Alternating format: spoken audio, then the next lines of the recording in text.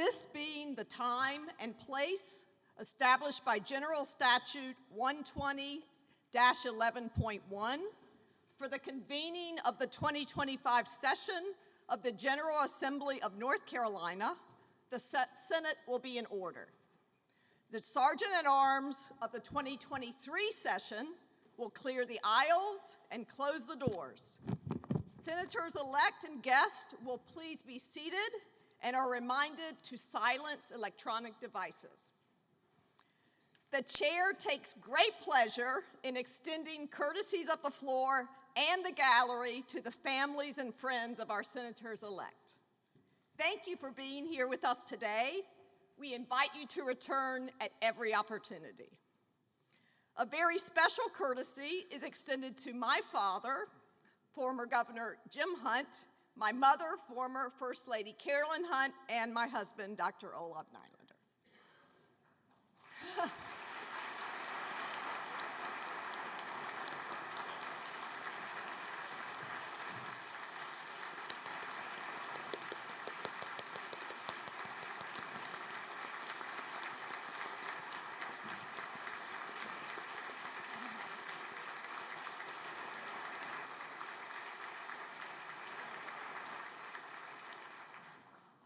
Thank you.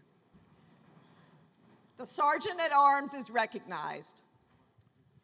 Madam President, the Honorable Paul Newby, Chief Justice of the Supreme Court of North Carolina, and the Honorable Phil Berger, Justice of the Supreme Court of North Carolina, are at the door and await your direction. The Sergeant at Arms will open the doors and admit the Honorable Phil Newby, Paul Newby, Chief Justice of the Supreme Court of North Carolina, and the Honorable Phil Berger, Jr., Justice of the Supreme Court of North Carolina. All members and guests will please stand.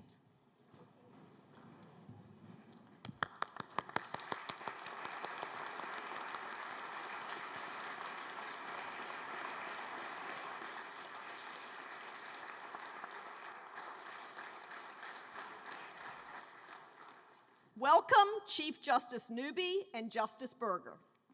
We greatly appreciate your participation in our opening ceremony and are happy to extend courtesies of the floor to you today.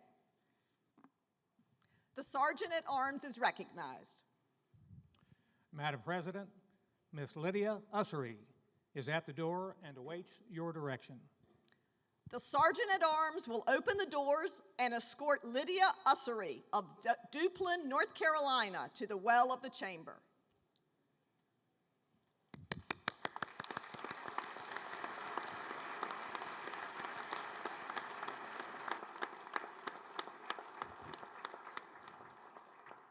We welcome you to the Senate chamber, Ms. Ussery, and appreciate your participation in our opening ceremony.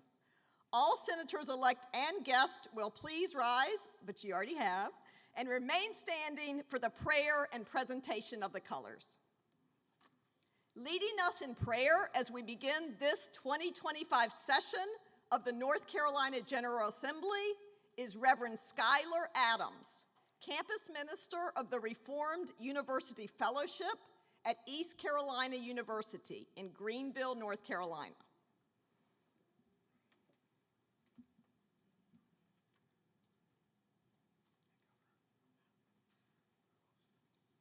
Let us pray.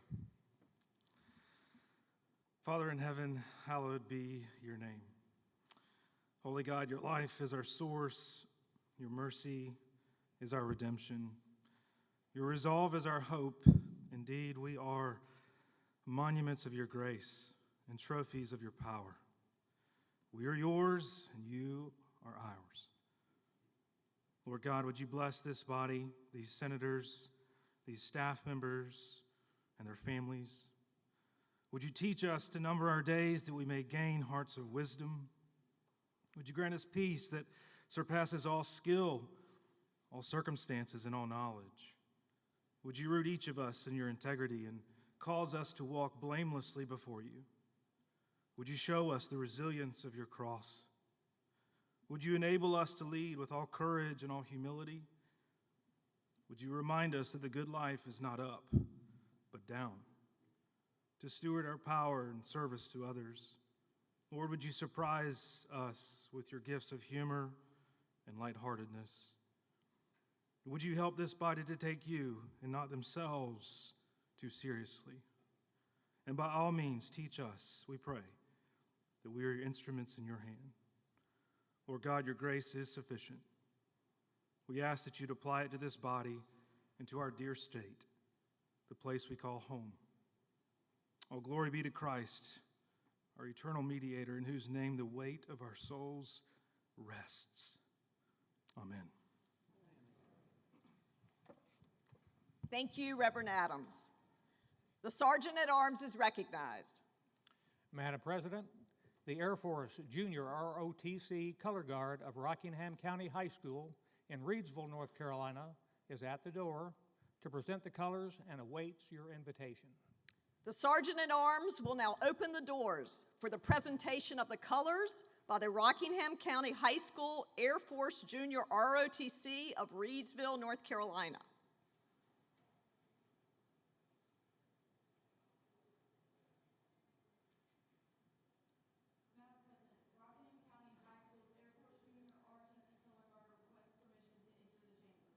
Permission is granted.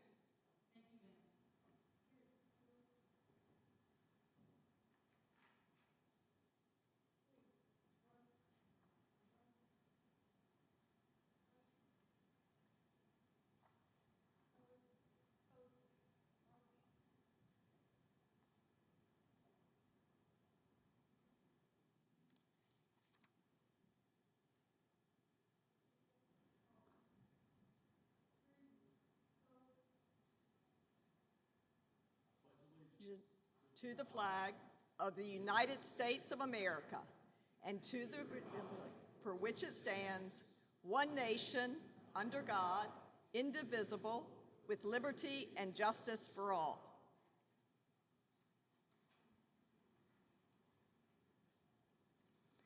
Oh, say, can you see by the dawn's early light what so proudly we hailed at the twilight's last gleaming, whose broad stripes and bright stars through the perilous fight o'er the ramparts we watched were so gallantly streaming, and the rockets' red glare, the bombs bursting in air, gave proof through the night that our flag was still there. Oh, say does that star-spangled banner yet wave o'er the land of the free and the home of the brave?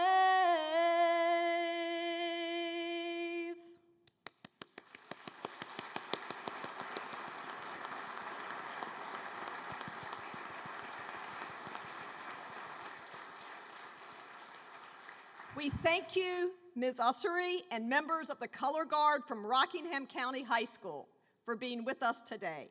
At this time, you may retire from the chamber. Everyone may be, oh, not yet, sorry.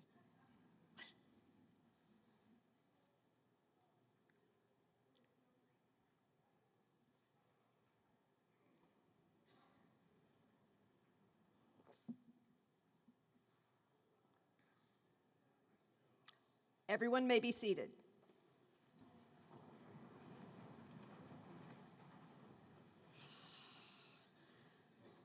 The clerk will read the certification of election as received from the Secretary of State, the Honorable Elaine Marshall, and call the roll of the senators-elect by district.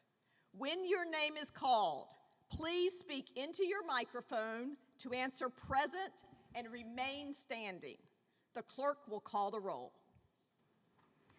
I, Elaine Marshall, Secretary of State of the State of North Carolina, do hereby certify that the State Board of Elections met Tuesday, the 26th day of November 2024 and December 11th, 2024, in accordance with Chapter 163 of the General Statutes of North Carolina, at which time the board did open, canvass, and judicially determine the returns of votes cast in the election held Tuesday, November 5th, 2024, and certified to me the persons duly elected as members of the Senate from various Senate districts comprising of more than one county.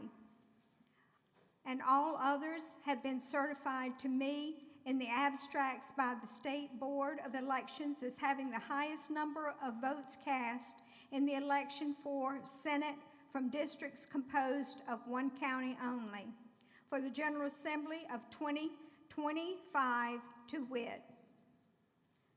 First, Bobby Hannock. Present. Second, Norman W. Sanderson. Present. Third, Bob Brinson. Present. Fourth, Buck Newton. Present. Fifth, Candy D. Smith. Present. Sixth, Michael A. Lazara. Present. Seventh, Michael Lee. Present. Eighth, Bill Rayburn. Present. Ninth, Brent Jackson. Present. 10th, Benson Sorry. Present. 11th, Lisa Stone Barnes. Present. 12th, Jim Bergen. Present. 13th, Lisa Grafstein. Present. 14th, Dan Blue. Present. 15th, J. Chaudhry. Present. 16th, Gail Adcock. Present. 17th, Miss Sydney Batch. Present. 18th, Terrence Everett. Present. 19th, Val Applewhite. Present. 20th, Natalie S. Murdoch. Present. 21st, Tom McInnes. Present. 22nd, Sophia Chitlick. Present. 23rd, Greg R. Meyer. Present. 24th, Danny Earl Britt Jr. Present. 25th, Amy Scott Gailey. Present. 26th, Philip E. Berger. Present. 27th, Michael K. Garrett. Present. 28th, Gladys A. Robinson. Present. 29th, Dave Craven Jr. Present. 30th, Steve Jarvis. Present. 31st, Dana Caudell Jones. Present. 32nd, Paul Lowe. Present. 33rd, Carl Ford. Present. 34th, Paul Newman. Present. Newton.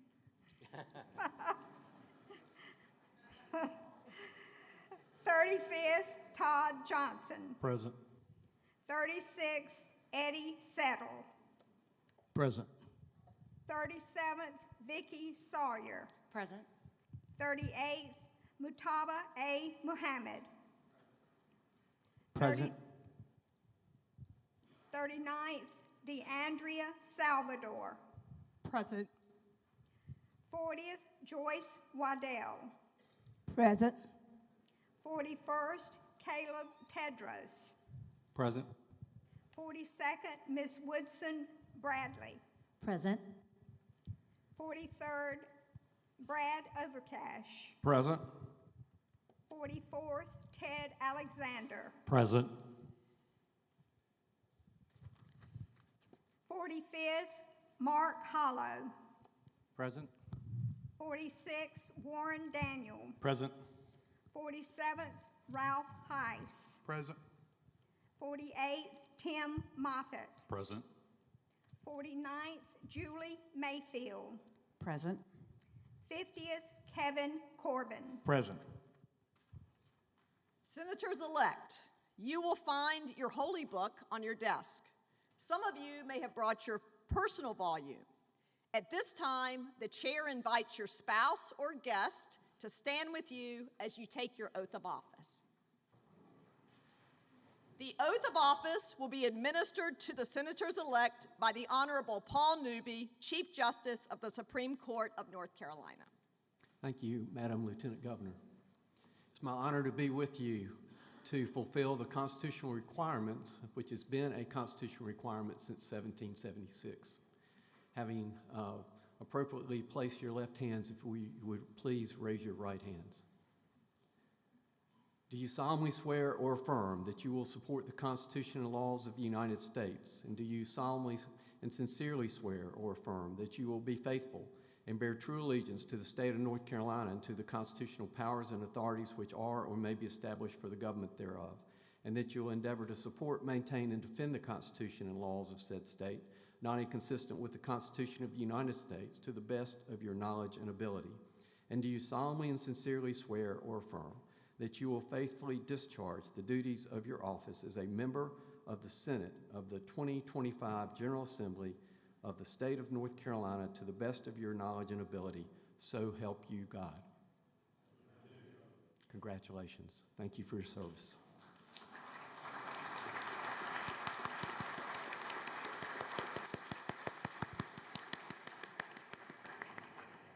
Congratulations to each and every one of you. You may be seated.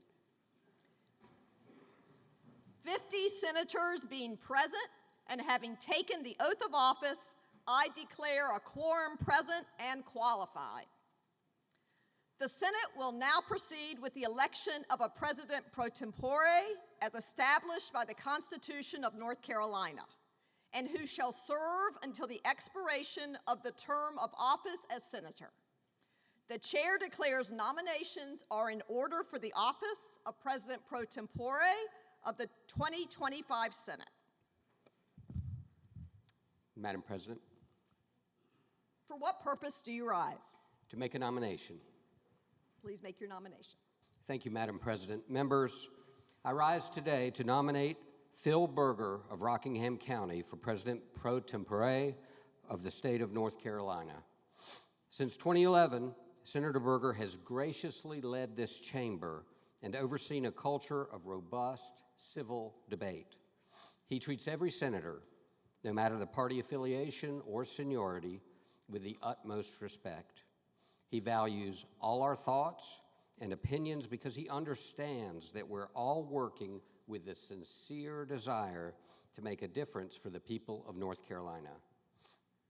Senator Berger is the standard bearer for elected leaders in this state. He leads by example, never having forgotten that he was called to public service. While at the helm of the Senate, Senator Berger has ushered an era of growth and vitality that makes North Carolina the envy of states across the country. His vision when first elected President Pro Tem has unleashed North Carolina's potential. While some states are suffering from population loss, we are enjoying positive growth.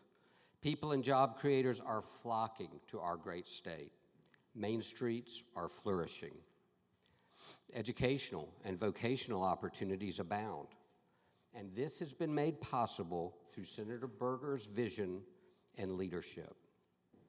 Now, we're going to face significant challenges this year, and most pressing is how to best support and rebuild Western North Carolina following Hurricane Helene. Each of us knows how vitally important it is to prioritize that recovery process. Over the course of history, our state has faced many daunting challenges, and thanks to Senator Berger's steady hand and leadership over the last 14 years, we've been able to navigate those challenges and come out successful. I know that Senator Phil Berger is the right person at the right time to continue to lead this body effectively in the face of Helene and all other challenges we face, both known and unknown. And with that, Madam President, I formally nominate Philip E. Berger to serve as President pro tempore of the 2025 North Carolina Senate. Madam President, Senator Rabin, for what purpose do you rise? to second the nomination and to make a motion, please, ma'am. You have the floor. Thank you. Madam President, members, I rise to second the nomination of Senator Philip Berger to the President Pro Tem position for 2025 North Carolina Senate. To be rather than to seem is our state motto. One we hear in this building often. One man that I emulate, but it's impossible for me to do, is Senator Berger. Someone who is kind, understanding, driven, intelligent, funny, caring, and authentic. He's never forgotten his roots, the man he was before he was given a fancy title, the man who painted walls at night to feed his family and to put himself through law school. Even if it seems that I could possibly be an ounce like him, I would be a happy man for that purpose. He represents the best of us. He represents an era of politics and elected leaders, and at his core, he is a man called to serve. He is a man called to lead. He stands by his morals and does not compromise his principles. When Republicans won the majority in the General Assembly in 2011, he was the lead architect of many of the policies that transformed our state. He saw the promise of North Carolina long before many of us in this room were ever elected. He cares about his state. He cares about the future of the state. He cares about the people in it and what we're going to leave behind for them. That is why he takes his duty as state senator and as President Pro Tem so seriously. He's not here for the social media likes. He's not here to make bombastic speeches and broad views. He's here to do the work. Phil Berger is here to get the job done, and he has done it well. Madam President, it is my great honor to second the nomination of Senator Phil Berger as President Pro Tempore of the Senate. Furthermore, I move that the nominations be closed and that Senator Berger's nomination be accepted by acclamation. The motion is that the nominations be closed and that the nomination of Senator Philip E. Berger as President Pro Tempore of the 2025 Senate be accepted by acclamation. Is there discussion or debate? If not, those in favor will say aye. Opposed, no. The ayes have it, and the chair declares Senator Philip E. Berger of Rockingham County unanimously elected to the office of President Pro Tempore of the 2025 Senate. Senator Paul Newton, Senator Rabin, Senator Blue, and Senator Jones are appointed as a committee to escort President Pro Tempore-elect Philip E. Berger to the well of the Senate to receive the oath of office.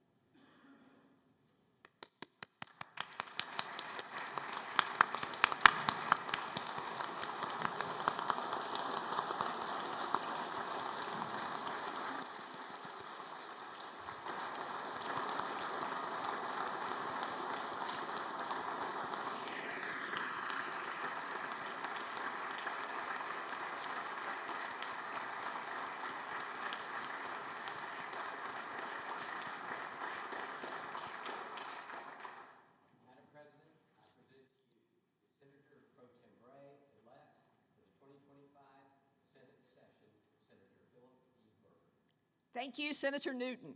The escort committee may return to their seats. Members and guests may be seated.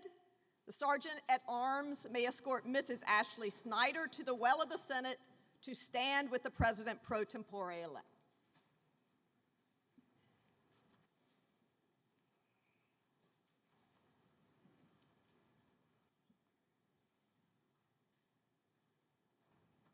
The Honorable Phil Berger, Jr. of the Supreme Court of North Carolina will administer the oath.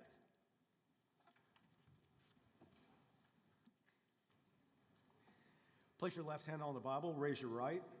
Please state your name. Philip Berger.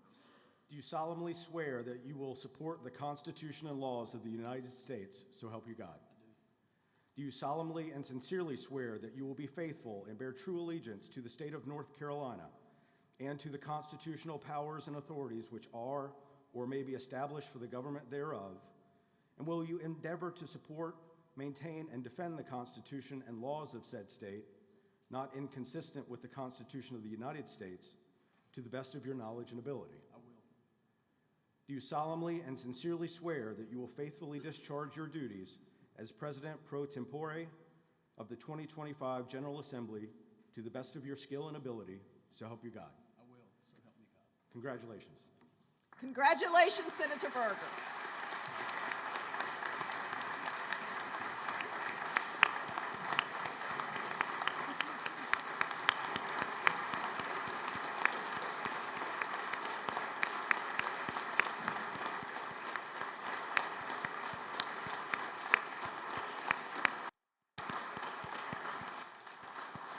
The chair recognizes you to address the Senate and our guest.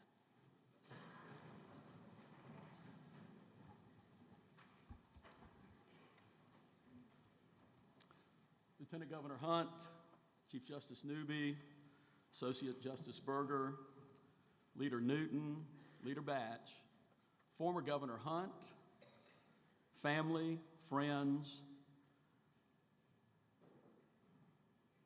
fellow members, and others joining us from around the state. Thank you for entrusting me with the privilege of serving as President Pro Tempore of the North Carolina Senate. It's been an honor to lead this body for the past 14 years. I want to thank also the members of the Rockingham County High School Air Force Junior ROTC, Reverend Adams, Lydia Ussery for helping make this opening day special and memorable for all of us. I'd also like to recognize and thank our clerk, Sarah Holland, and her staff. You know, when the Senate runs smoothly, it's because of Sarah and her folks. When we find a hiccup here and there, it's probably us, so thank you. Special thanks to Sergeant at Arms Bob Myrick, who is retiring. I want to congratulate Eddie Broughton, who I anticipate will be elected Sergeant at Arms shortly. Sergeant at Arms staff does great work to help us and to keep us safe every day. I'd also like to thank members of the Pro Tem staff, particularly Darrell Malcolm, for their work to make today's events run smoothly. You know, 14 years ago, I stood here and we began a journey that fundamentally transformed our state government and our state. At that time, we faced staggering challenges that were the consequence of decisions made over previous decades. It was clear that we could not continue down that same path. We had to chart a different course. And that's what we've done. We've moved away from the unsteady roller coaster of boom and bust budgets towards consistent, conservative, fiscally sound budgets. We steered away from high taxes and some regulations that stymied private sector job growth towards transformational tax reform and tax reductions. We took a fresh look at education, enacted reforms, challenged entrenched bureaucracies, and created new opportunities for students and families. What began on that opening day was a paradigm shift, and in many respects, a generational change. Today, without question, North Carolina is the best state in America in which to live, to work, to start a business, and to raise a family, a state of unparalleled opportunity.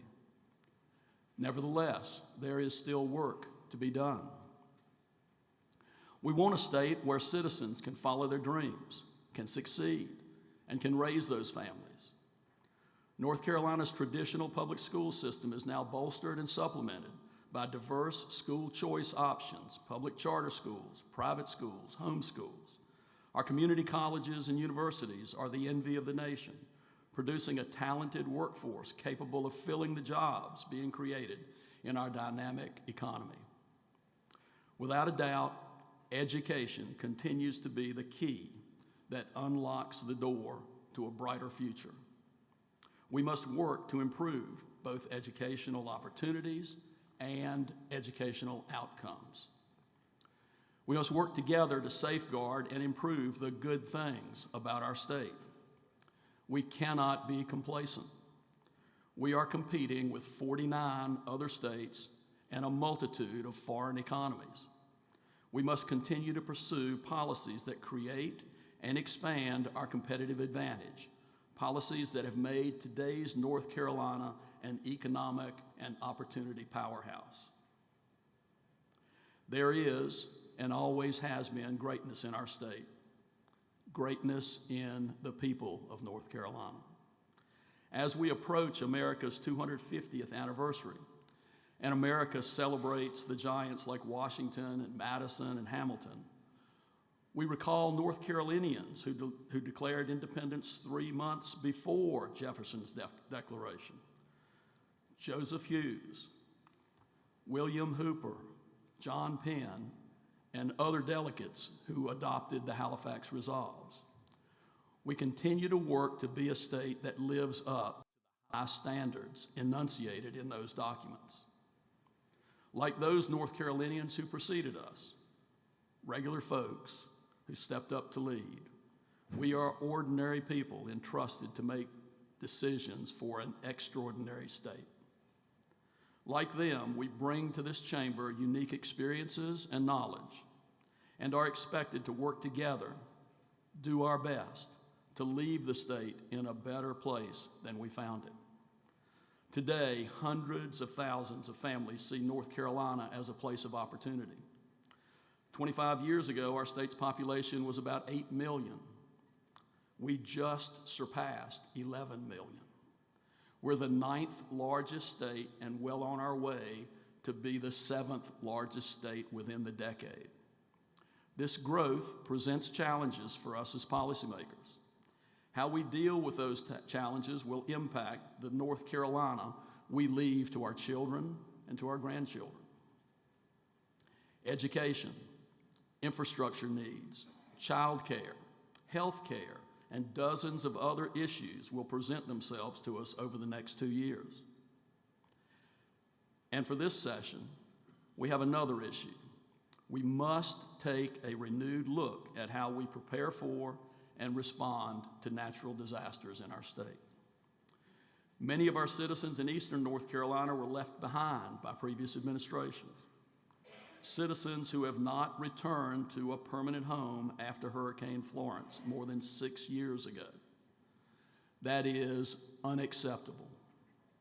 I hope we can partner with Governor Stein and his administration to ensure that response doesn't become the norm here in North Carolina.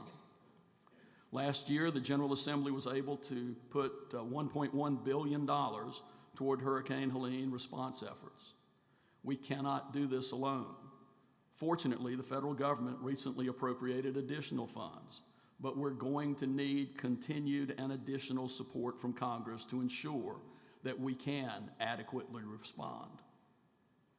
I want to thank our congressional delegation for all the work they've done thus far to advocate for Hurricane Helene recovery and for funding for Western North Carolina.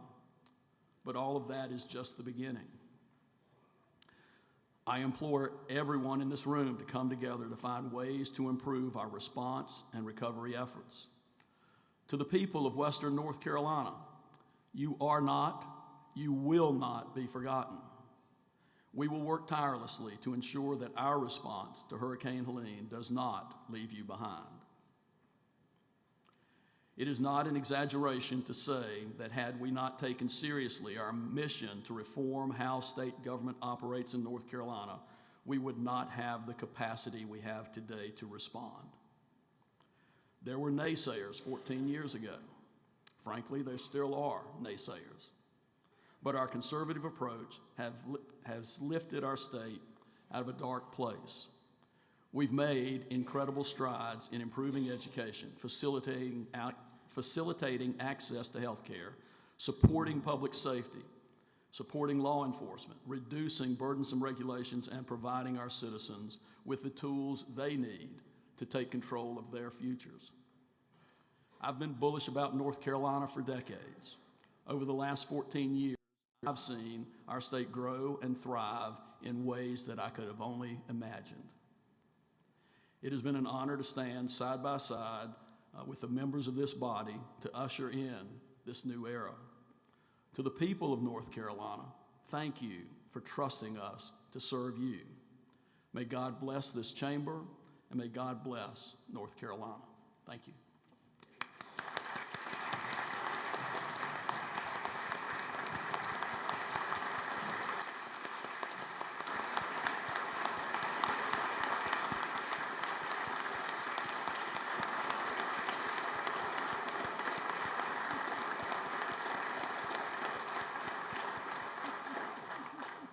Please be seated. The next order of business to come before the Senate is the adoption of rules of procedure by which this body shall govern itself. Senator Raven is recognized. Thank you, Madam President. I move that Senate Resolution 1 be filed and brought before the Senate for first reading and immediate consideration upon second reading.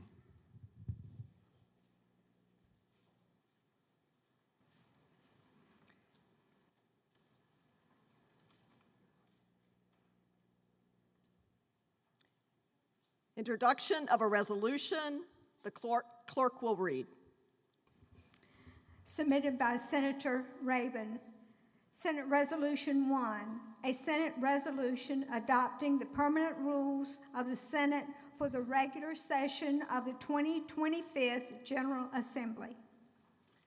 Second reading of Senate Resolution 1, the clerk will read. Senate Resolution 1, Senate Permanent Rules. Senator Raven is recognized to explain the resolution. Thank you, Madam President. With that, members, I urge you to support this motion to adopt a Senate resolution. I'm happy to take any questions after I give you a brief explanation. These are the new rules for the 2025-6 biennium, and they look very much like the ones in years past. We made a few changes, and we've circulated them to our members of the Senate. I do want to highlight some of the bill requests and filing deadlines along with this year's crossover date, because these are ones we should all put on our calendar, not just vote into the rules and say they are there. So please be aware of these. Local bills need to be requested by February 13th and filed by February 27th. Public bills need to be requested by February 27th and filed by March 25th. The crossover date, which is very important this year, will be May 8th. Bills can be filed every day until 4 p.m. And so everyone needs to know those little things. And I'm happy to answer any specific questions that someone in the Senate may have for me. Thank you. Is there discussion or debate? Hearing none, the question before the Senate is the adoption of Senate Resolution 1. All those in favor of the adoption of Senate Resolution 1 will vote aye, opposed no. 10 seconds will be allowed for voting. The clerk will record the vote.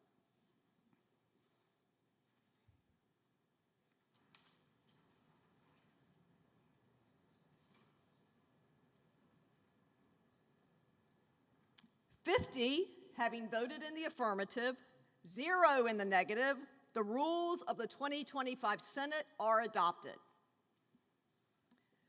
Senate Rule 65 establishes the office of the Deputy President Pro Tempore. Nominations are now in order for Deputy President Pro Tempore of the 2025 Senate. Senator Newton, for what purpose do you rise? Thank you, Madam President. To make a nomination. You have the floor. Thank you. Madam President, members, I rise to nominate Ralph Hise of Mitchell County as Deputy President Pro Tempore. Senator Hise has served the North Carolina Senate in this chamber since 2011. His colleagues recognize him to be one of the brightest minds in this chamber. And although brilliant, Senator Hise is equally humble. And he exemplifies what it means to be a citizen legislator. That was never more evident than during Hurricane Helene recovery. Senator Hise's district was perhaps one of the hardest hit. He worked around the clock without reliable water or power to get resources to his district and to keep us informed of the needs on the ground. He is fighting and continues to fight for people, for everyone affected, and he and his family have been personally affected.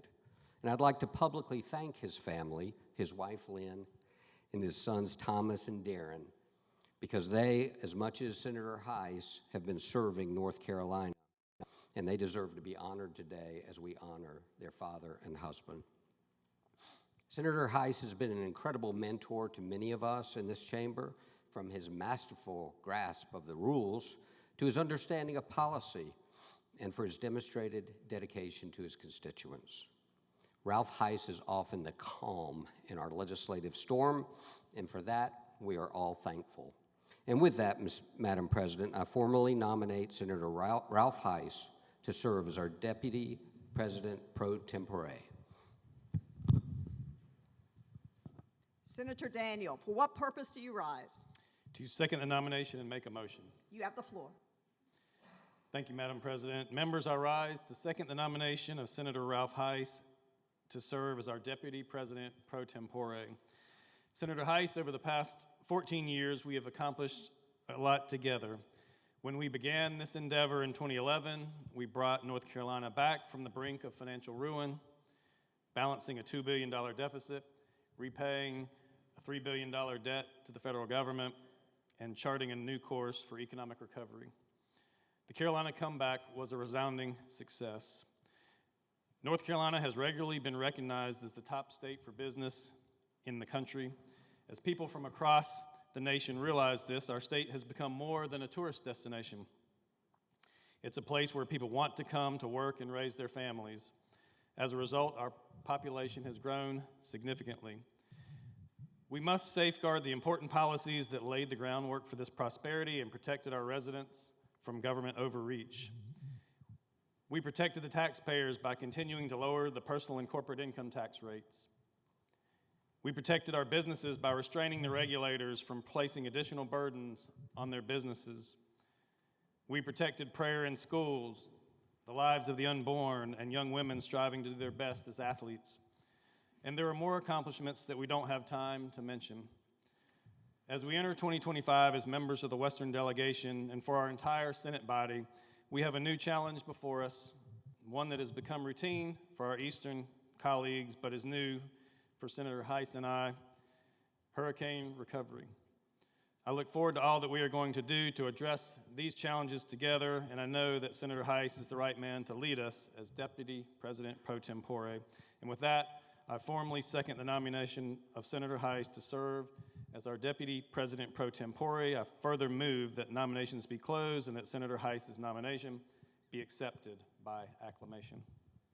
The motion is that the nominations be closed and that the nomination of Senator Ralph Hise for Deputy President Pro Tempore of the 2025 Senate be accepted by acclamation. Is there discussion or debate? If not, those in favor will say aye. Aye. Opposed, no.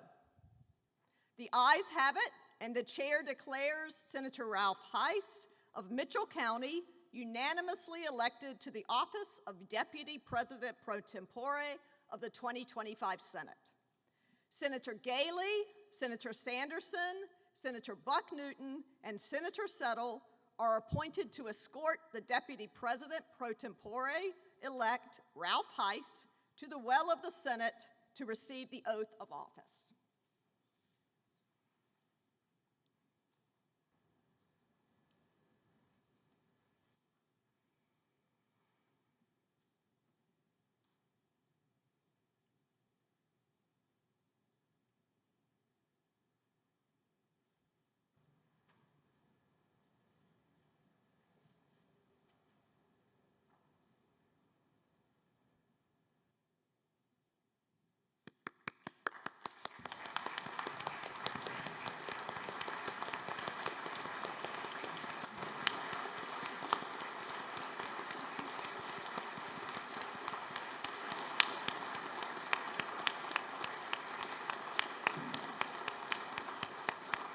Senator Galey, you have the floor.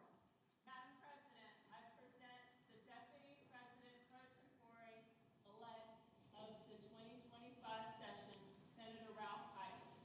Thank you, Senator Galey. The escort committee may return to their seats. Members and guests may be seated. The Sergeant at Arms may escort Mrs. Lynn Hise to the well of the Senate to stand with the Deputy President Pro Tempore-elect.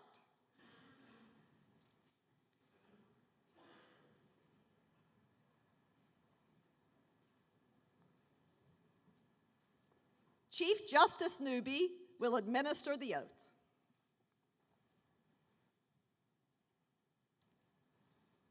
Placing your left hand on the Bible and raising your right hand. Do you, Ralph Hise, solemnly swear that you will support the Constitution and laws of the United States, so help you God? I do.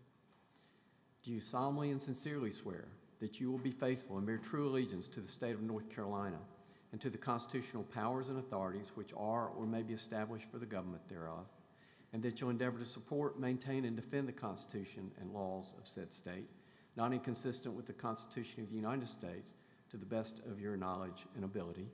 I do. And you solemnly and sincerely swear that you will faithfully discharge your duties as Deputy President Pro Tempore of the Senate of the 2025 General Assembly to the best of your skill and ability, so help you God. So help me God, I will. Congratulations. Thanks for your service.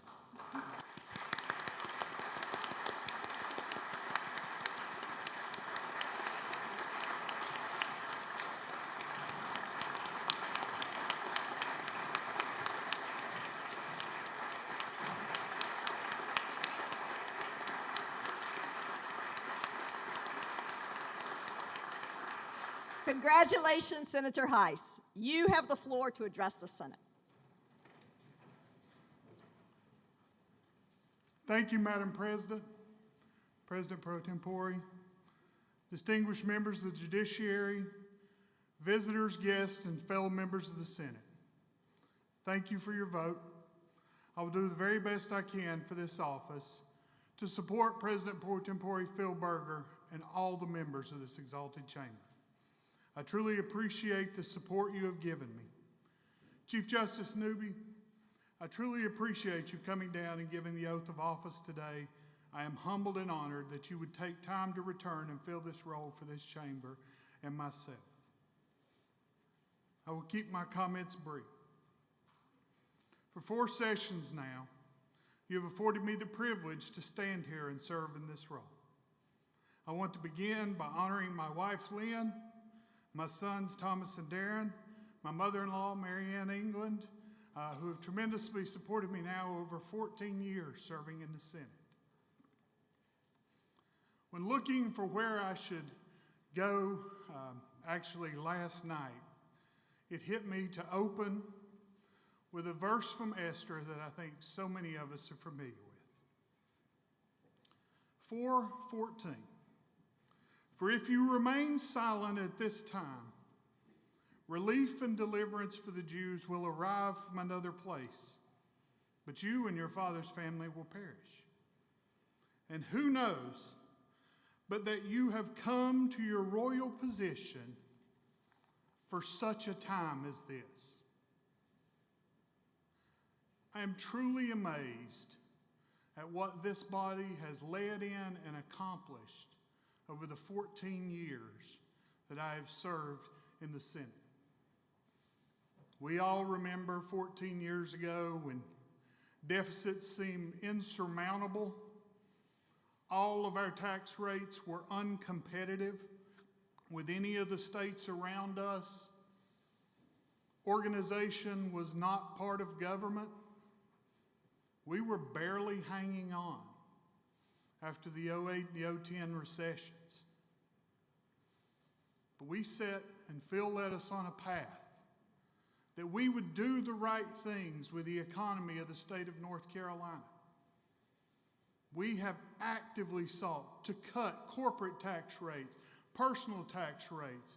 We let the sales tax increase expire.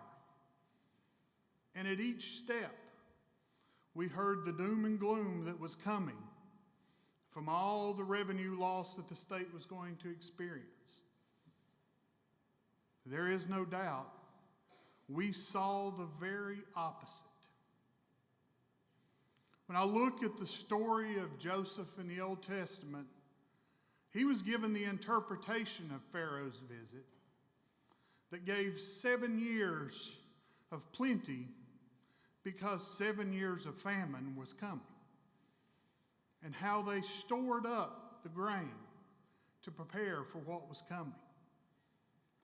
I will say that for me individually, a lot of the reasons I had at the time were simply that changing the tax code and building the savings reserve was the right thing to do for North Carolina. It was because that we saw that we could be more competitive or we can grow industry.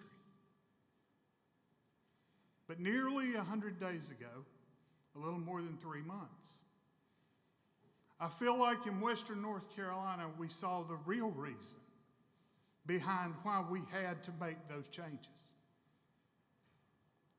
I think all of you know the devastation that we have seen from the floods in Western North Carolina, that the former governor estimated at over $60 billion now.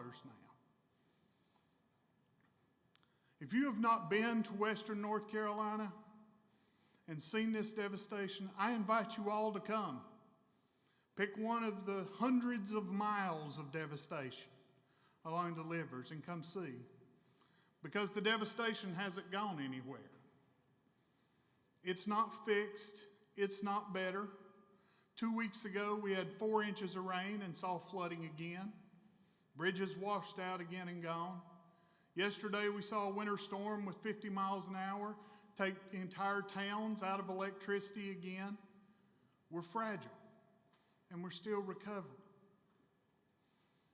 But we had a 14-year time period to build up a savings reserve to be prepared to serve. Maybe it was only 3 days that our famine came, but it has been devastating.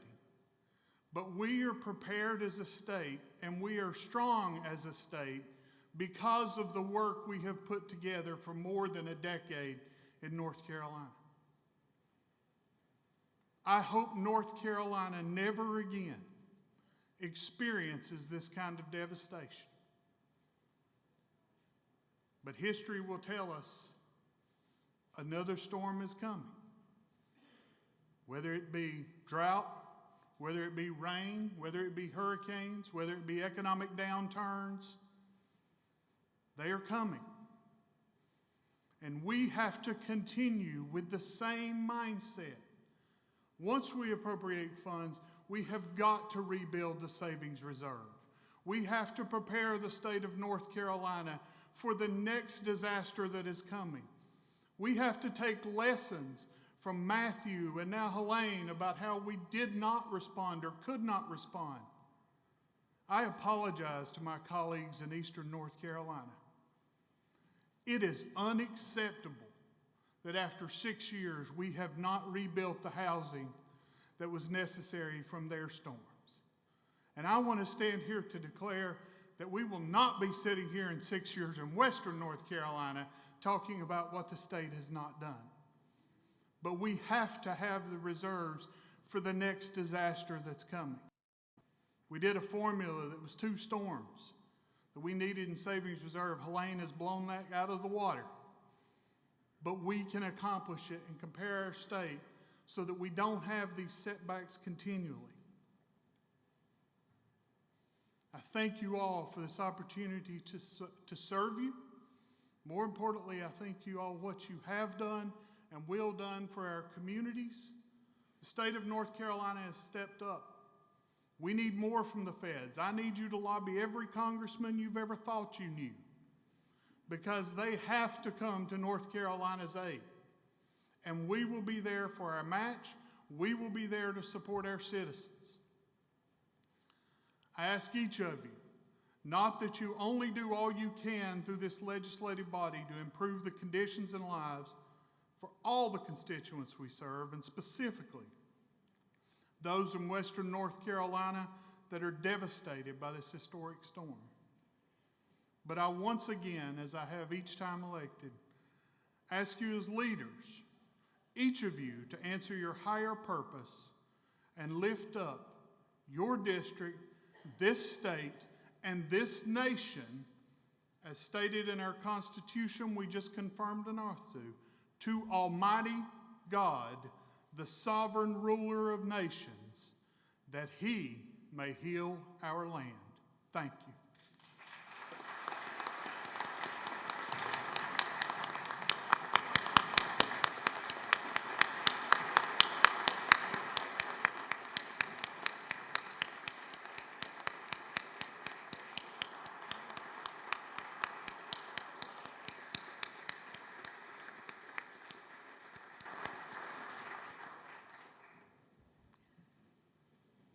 The Constitution of North Carolina directs the Senate to elect its other officers.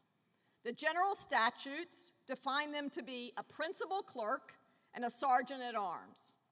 The chair now declares nominations are in order for the office of principal clerk of the 2025 Senate. Madam President. Senator Rabin, for what purpose do you rise? Madam President, members, I rise today to nominate Sarah Holland again to serve as our Senate Principal Clerk. Madam President, members, it should come as no surprise to you that we again would like to have Ms. Holland taking over this office. I don't know if many of you have seen my desk during a given legislative session, but it's not exactly the tidiest one here. It takes a lot of work to keep me on track, and on task, and organized. Sarah is one of the people who has made my life a lot easier. And if you haven't realized how amazing the clerk staff is, as you serve here a little longer, you will. They are all phenomenal professionals who are true public servants. Sarah's service as principal clerk has been highlighted by streamlining the behind-the-scenes work and bringing us all into a modern era. When I came into this body in 2011, we literally had paperwork stacked on the back corner here this high. Many times it was still warm, was it not, Senator Newton, when we had to read it and then vote on it? That doesn't happen today.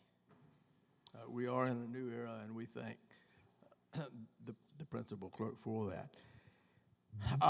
There's a lot of work that the clerks do that none of us see. We go home at night, or we go out to have dinner together, and they're still here. We come in the morning, and their doors are open, and they're already at work. Without them, we could accomplish very little. And all of this has come about because of Sarah's leadership, and they've been able to accomplish everything over the last decade because of that leadership, from electronic bill filing to technological upgrades in the chamber. They've literally done it all. And we have been the beneficiaries of that hard work. Sarah and her staff care deeply for the Senate, and they care for all of the senators and all of our staff. They're really wonderful people. You should get to know them. We're the ones that push the green buttons and we push the red buttons on occasion, Senator Lowe. And but they're the ones that make the buttons work. That's the hard job. They're the ones who make our voices so they can be heard across the state. And they're the ones that keep record of what is being said and by whom and what is done in the chamber for everyone to look back on when we're gone. With that, Madam President, I formally nominate Sarah Holland to serve as principal clerk for the 2025 Senate. Senator Hise, for what purpose do you rise? To second the nomination and to make a motion. You have the floor. Madam President, members, I rise to second the nomination of Sarah Holland to serve as principal clerk of the 2025 North Carolina Senate. Sarah has also held this position for 14 years. And as Rabin mentioned, so many of the things that changed when she came onto this clerk position, moving us to the electronic age, not having to have our LAs make books of all the bills every day as we sort through them, to understand and know the rules of this body, to tolerate my conversations and questions about the rules of this body and my what-if scenarios that she always has an answer for, even if I argue with it. This was coming in. She has been an incredible service to this body, and one of the greatest things that her leadership shows is the staff that she puts around her in that office. Never once has any member of this Senate had challenges with her staff or conflicts with her staff. In the time that we've been here, they are incredible individuals that are hard workers, that are not stereotypical state employees that work some regular schedule, but tolerate the schedule of the Senate that's supposed to be 5 months, but sometimes runs 18 months during a session. But she's always there.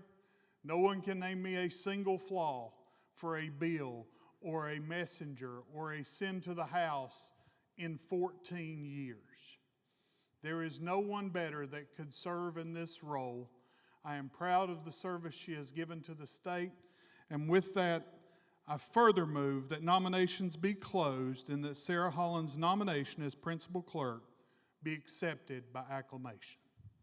The motion is that the nominations be closed and that the nomination of Sarah Holland for principal clerk of the Senate of the 2025 session be accepted by acclamation. Is there discussion or debate? If not, those in favor will say aye. Opposed, no. The ayes have it, and the chair declares Sarah Holland unanimously elected to the office of Principal Clerk of the Senate for the 2025 session. The Sergeant-at-Arms will escort the Principal Clerk-elect to the well of the Senate to receive the oath of office. The Sergeant-at-Arms may escort Perry Holland and Reeves Holland to the well of the Senate to stand with the Principal Clerk-elect. Justice Berger will administer the oath.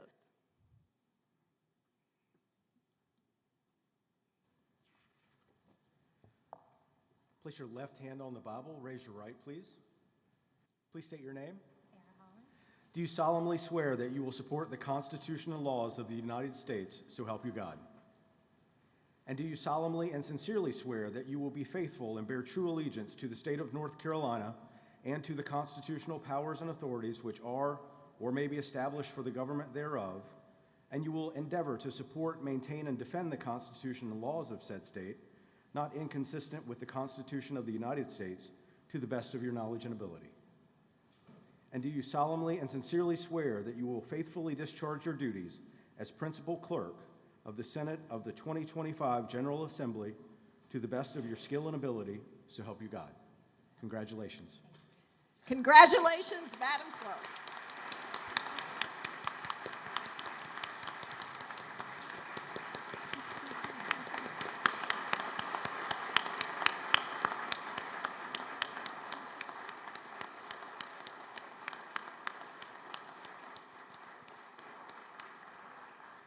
may assume your seat. Nominations are now in order for the Sergeant at Arms of the 2025 Senate. Senator Bergen, for what purpose do you rise? To make a nomination. You have the floor. Thank you, Madam President. First, I want to acknowledge and thank Bob Myrick, our retiring Sergeant at Arms. Thank you for your service and your friendship. Good job, my friend. Ladies and gentlemen,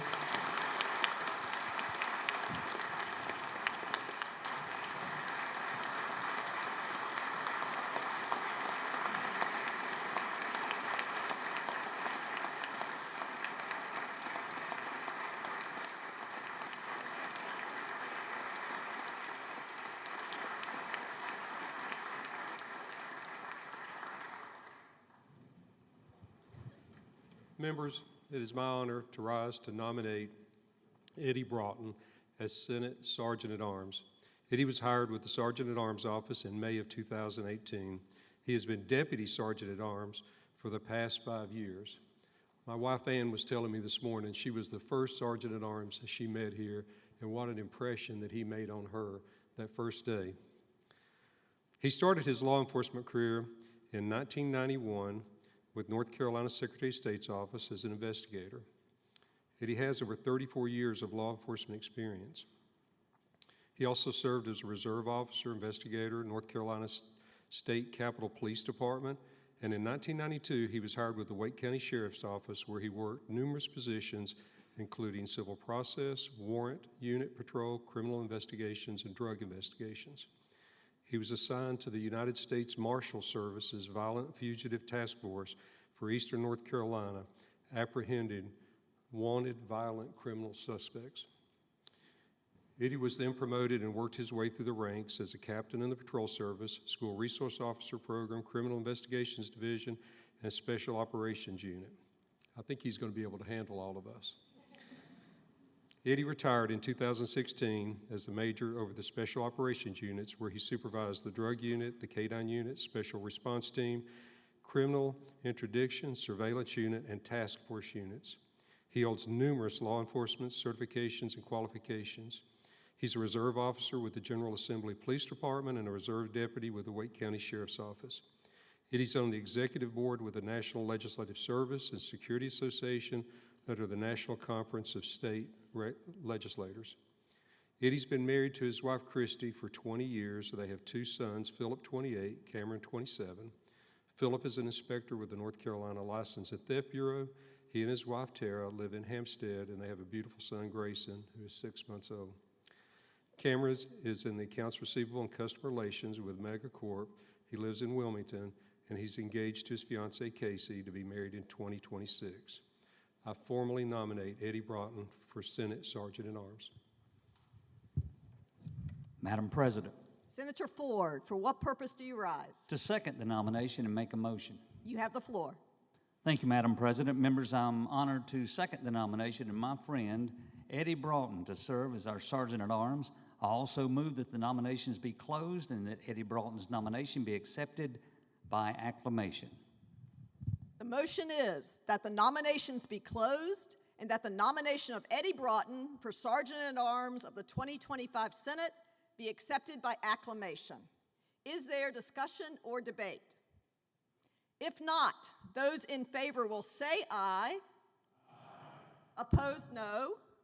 The ayes have it, and the chair declares Eddie Broughton unanimously elected to the office of Sergeant at Arms for the Senate for the 2025 session.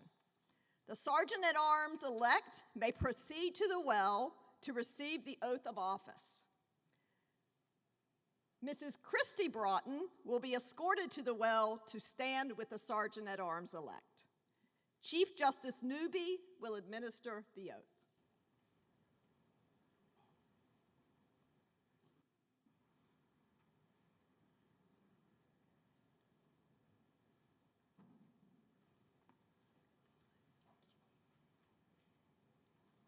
Do you, Eddie Broughton, solemnly swear that you will support the Constitution and laws of the United States, so help you God? I will.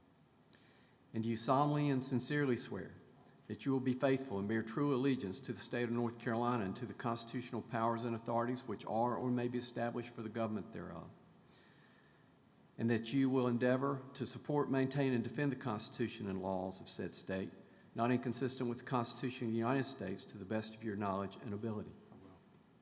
And do you solemnly and sincerely swear that you will faithfully discharge your duties as Sergeant at Arms of the Senate of the 2025 General Assembly to the best of your skill and ability?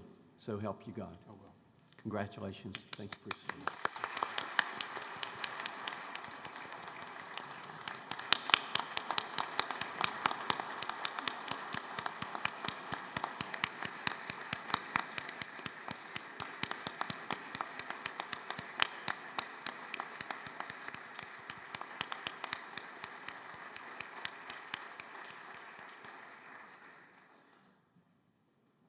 Message from the Majority Caucus. The clerk will read.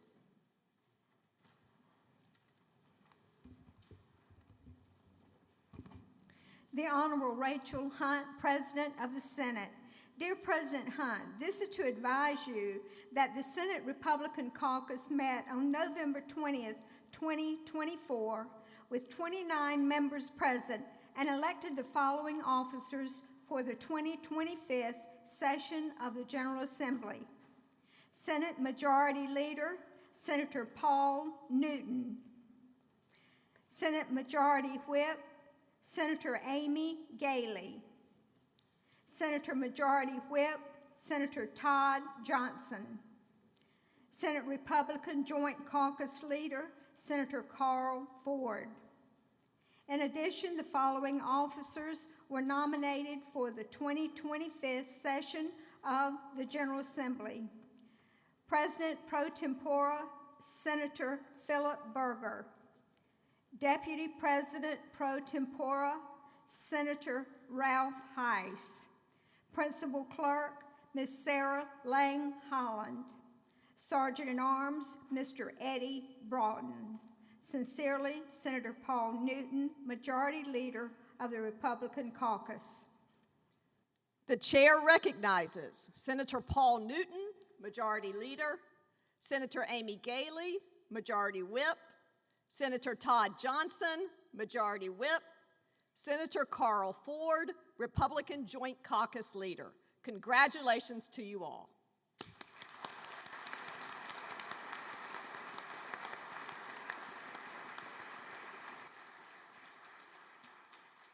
Message from the Minority Caucus. The clerk will read. The Honorable Rachel Hunt, Lieutenant Governor. Dear Lieutenant Governor Hunt, the Senate Democratic Caucus met on December 2nd, 2024, and elected the following officers for the 2025-2026 legislative session. Senator Sidney Batch, Wake County Caucus Minority Leader. Senator Jay Chaudhry, Wake County Caucus Minority Whip. Senator Julie Mayfield, Buncombe County Caucus Secretary. Respectfully, Senator Julie Mayfield, Senator Democratic Caucus Secretary. The chair recognizes Senator Sidney Batch, Minority Leader, Senator Jay Chaudhry, Minority Whip, Senator Julie Mayfield, Caucus Secretary. Congratulations to you all.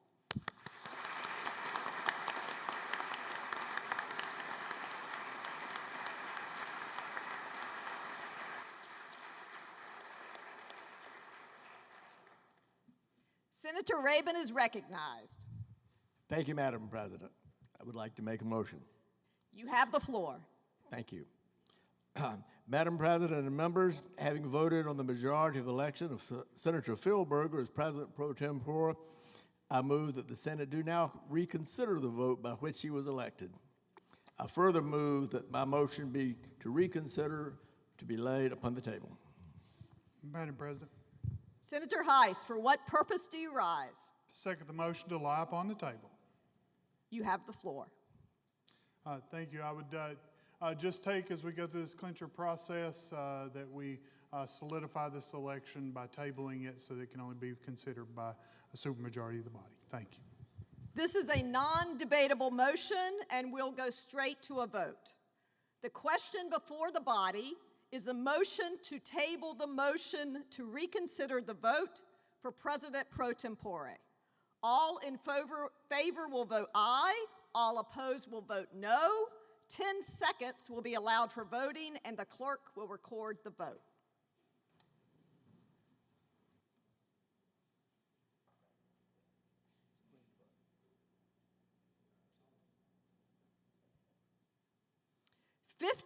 Having voted in the affirmative, 0 in the negative, the motion has been tabled. Senator Rabin is recognized. Thank you, Madam President. I've got to catch up with where we are now. This concludes what we're going to be done today, and so I move that the Senate joint resolution, adjournment resolution to a date certain, be filed now and brought to the floor on its first reading and for immediate consideration on its second reading. I further move that Senate Joint Resolution 2 be sent to the House by special message. Without objection, so ordered. Introduction of a resolution, the clerk will read.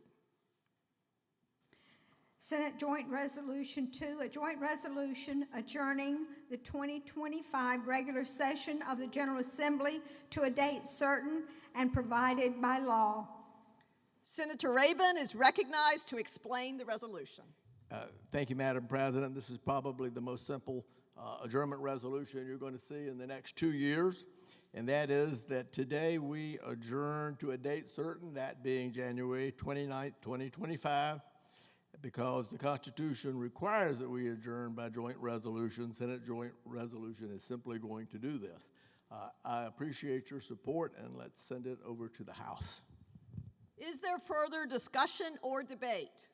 Hearing none, the question before the Senate is the passage of Senate Joint Resolution 2 on its second reading. All those in favor will vote aye, opposed no.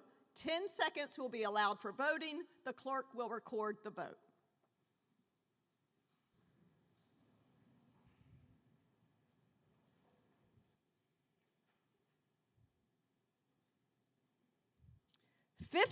Having voted in the affirmative, 0 in the negative, Senate Joint Resolution 2 has passed its second reading and, without objection, will be read a third time. The General Assembly of North Carolina enacts. Is there further discussion or debate? Hearing none, all in favor of the passage of the Senate Joint Resolution 2 on its third reading will say aye. Opposed, no.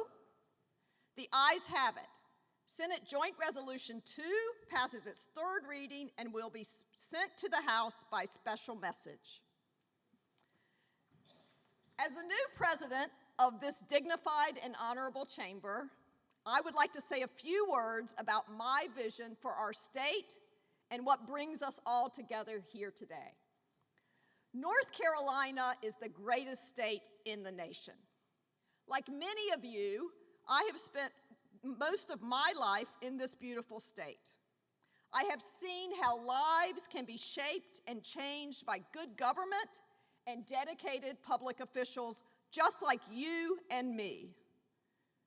My dad, who is here today, one of North Carolina's greatest governors, taught me many things about the importance of public service and how to give back to our community.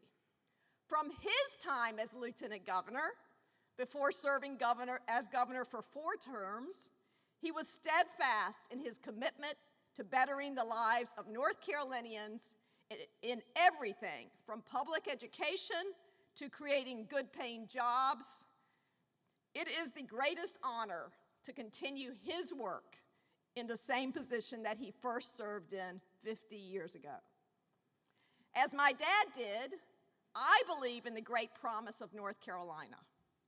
From my years attending our strong public schools and universities, I believe in the chance for every student to succeed and get a high-quality education, no matter where they live.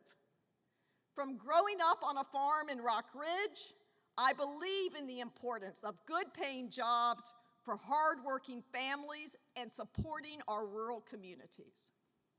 And from my work fighting for women and children in the courtroom and in this very state legislature, I believe in strengthening child care and defending women's health care. However, the promise of our great state does not come without work. My dad likes to say, creative thinking fuels innovation. And that's exactly what we have to do in this chamber to unlock all North Carolina has to offer. While we might disagree on some things, everyone in this room has a deep love for North Carolina. We must be willing to hear each other out and listen to each other to find common ground for the sake of our people. We must reach our shared goals through civility, respect, and dignity to make sure we can deliver for North Carolina. We must also be willing to listen to those in our state who feel as though our government is no longer working for them. That will be a priority for me in this office. I plan to travel across our state to hear directly from people in their communities about how we can better serve them and their families. In that spirit, I want each and every person in this room to know my door is always open for questions or discussions, even if we disagree. I believe we have more in common than we do not. It may just take a little work to find it. It is important that we never lose sight of the reason why we are here in the first place, to make the lives of North Carolinians better in any way possible. It is with great honor that I step into this role as Lieutenant Governor and President of the Senate. I look forward to working with each and every one of you in the years to come to make our state a better place to live, work, and raise a family. Thank you.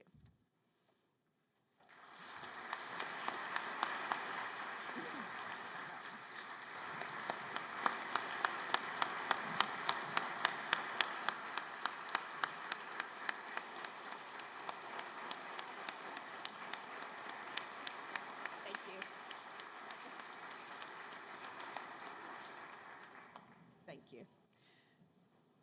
Senators, having received your oath of office, adopted rules of procedure, and elected your officers, the chair directs the principal clerk to send a message to the House of Representatives informing that honorable body that the Senate of the 2025 General Assembly is organized and ready to proceed with public business.